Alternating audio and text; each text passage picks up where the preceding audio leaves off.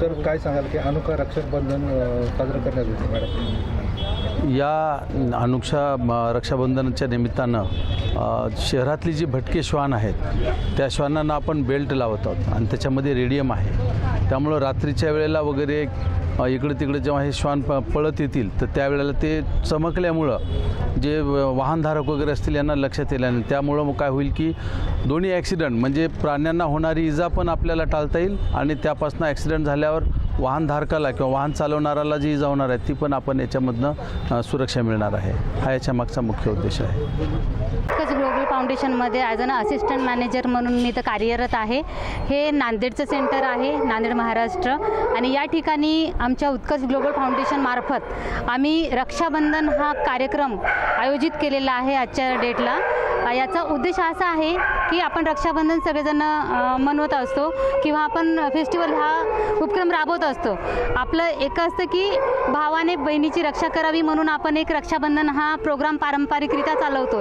परंतु जनावरांचं काय, जे ॲनिमल असतात भटकते त्यांचं काय, त्यांच्या सुरक्षेसाठी आम्ही हा उपक्रम आज राबवलेला आहे.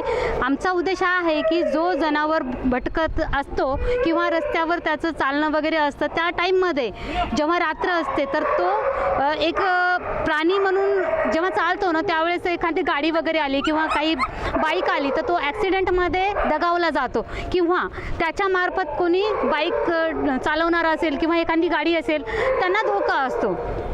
तो हा धोका टळावा आणि प्राण्यांचे रक्षण व्हावे ह्या प्राण्यांच्या सुरक्षिततेसाठी आम्ही हा उपक्रम आज इथे नांदेडमध्ये राबवलेला आहे आणि आम्हाला खूप छान प्रतिसाद पण मिळालेला आहे. जवळपास सकाळपासून आम्ही 150 ते 200 जे भटकती जनावरं आहेत त्यांना आम्ही बेल्ट बांधलेले आहे आणि संध्याकाळपर्यंत 5 ते 6 वाजेपर्यंत आमचा हा उपक्रम चालूच असणार आहे. आणि माझ्यासोबत ही माझी पूर्ण टीम आहे जे ॲनिमलमध्ये काम करते उत्कर्ष ग्लोबल फाउंडेशनमध्ये.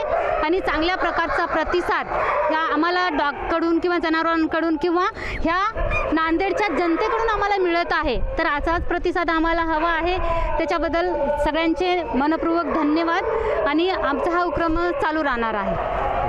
उत्कर्ष फाउंडेशन मार्फत हा एक आगळावेगळा उपक्रम राबवला जात आहे.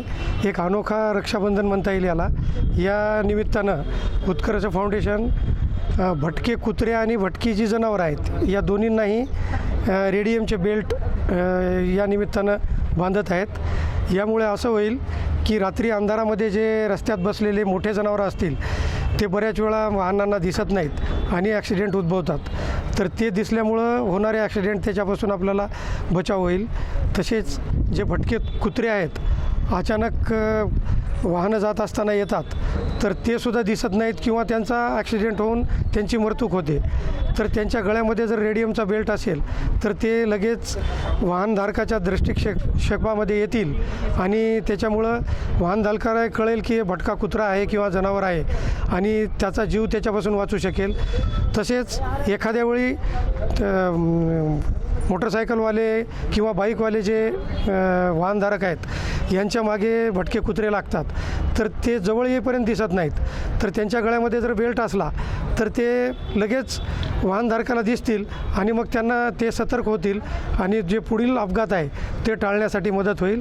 असा आगळावेगळा उपक्रम जे उत्कर्ष फाउंडेशन राबवत आहे तर तो स्तुत्य उपक्रम आहे.